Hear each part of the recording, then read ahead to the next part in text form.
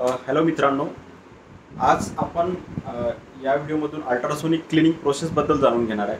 Basically ultrasonic cleaning आपण कोणत्या केसमध्ये करत असतो, तर अँटी रस्ट म्हणजे रस्ट क्लिनिंग करण्यासाठी यूज केलं जातं. जसं की करोजन झालेलं असेल, सपोज आपलं मेडिकल इक्विपमेंट आहे तो रस्टी झाला आहे, त्या केसमध्ये सपोज इंडस्ट्रियल इक्विपमेंट आहे तर आपले ते रस्टी झालेत, तर त्या केसमध्ये आपण अल्ट्रासोनिक क्लिनिंग प्रोसेस यूज करतो. सेम आपण टीथ जे आहे क्लिनिंगसाठी पण यूज करत असतात डेंटिस्ट.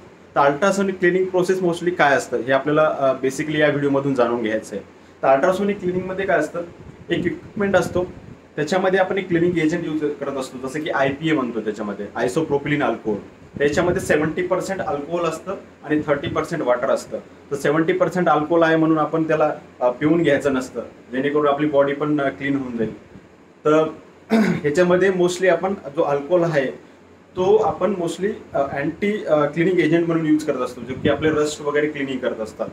त्याच्यामध्ये काय होतं, मोस्टली जो अल्ट्रा क्लिनिंग एजंट आहे त्याच्यामध्ये काय होतं, अल्ट्रासाऊंड वेव्हज क्रिएट होतात त्या लिक्विडमध्ये, आणि त्याच्यामुळे काय होतं, कॅव्हिटेशन क्रिएट होतात. कॅव्हिटेशन क्रिएट होतं म्हणजेच काय, हाय प्रेशरनी त्याच्यामध्ये बबल्स क्रिएट होतात, आणि ते बबल्स स्ट्राईक झाल्यामुळे जे इक्विपमेंट असतात त्याच्यामध्ये जे रस्ट लागलेले असते, जो करोजन झालेला असतो, तो भाग जो आहे तो निघून जातो आणि त्याच्यामुळे तो एकदम शायनी होऊन जातो.